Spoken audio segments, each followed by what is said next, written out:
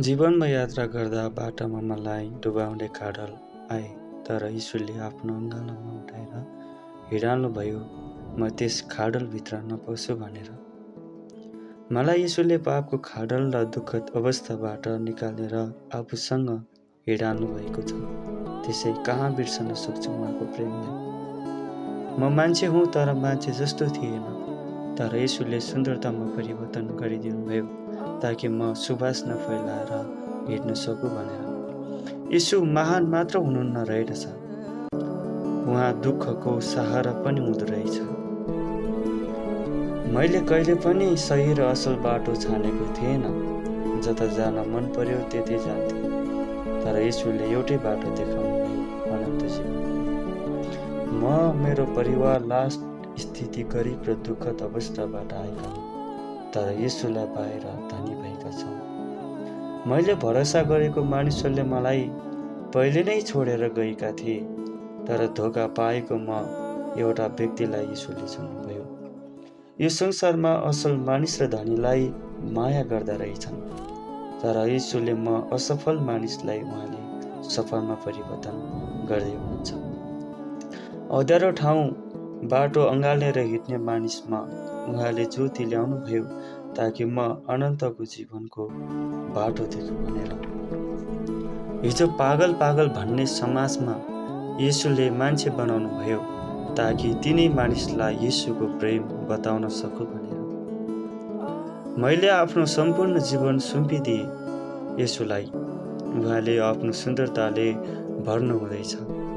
हिजो पढाइ राम्रोसँग नजान्ने म जस्तोलाई धर्मशास्त्रबाट प्रचार गर्ने बनाउनु भयो। लाखौँ पैसा हुँदा पनि यीशुले दिने माया शान्ति पैसाले दिन सक्दैन।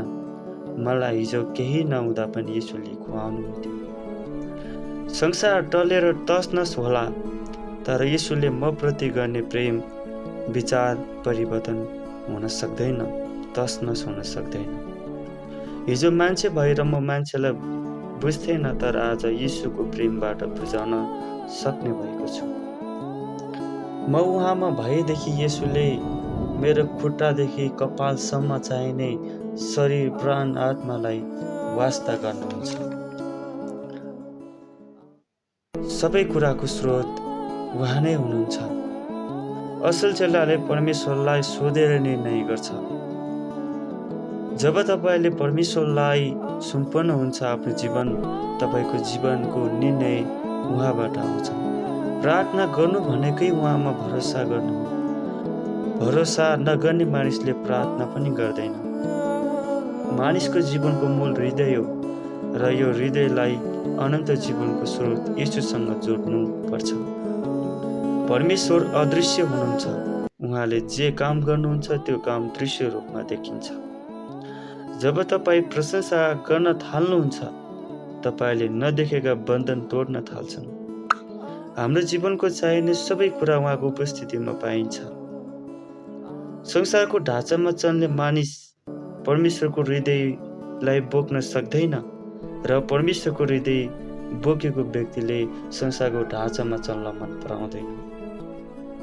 पृथ्वी अधिकार गर्न नम्र बन्नु, अगाडि बढ्न सेवक बन्नु, उच्च पारिन होचिनु।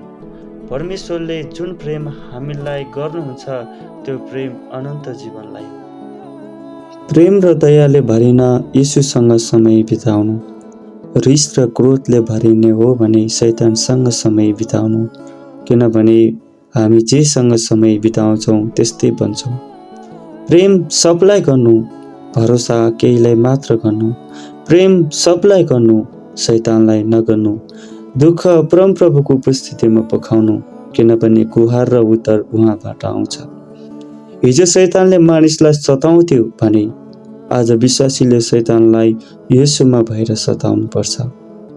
विश्वासीले आफ्नो जीवनमा भएको पालहरूलाई वचनले टाल्नुपर्छ, किनभने शैतान गलत कुरा मानिसको जीवनमा हाल्न लागि परेको छ। विश्वासी वचन सुन्ने होइन पालन गर्ने हुनुपर्छ। हामीले परमेश्वरमा जति भरोसा गर्यौं त्यति उहाँको आश्रय कामलाई आफ्नै आँखाले देख्छौँ। उजाड स्थान त्यस्तो ठाउँ हो जहाँ मानिस साहसी र बलियो बन्छ। उजाड स्थान त्यस्तो ठाउँ हो जहाँ मानिसले परमेश्वरको उपस्थितिको शक्ति थाहा पाउँछ र देख्छ। परमेश्वरको हृदयको ढुकढुकीलाई महसुस गर्न वचन पढ्नु, किनभने वचन परमेश्वरको हृदयको कुरा हो। वचन नपढ्ने मानिसले परमेश्वरको आवाज थाहा पाउँदैन। वचन परमेश्वरको आवाज हो। शैतानले हाम्रो विगतलाई सम्झाउँछ, विश्वासीले उसको भविष्यलाई सम्झाउनु पर्छ, किनभने उसको भविष्य नरक हो।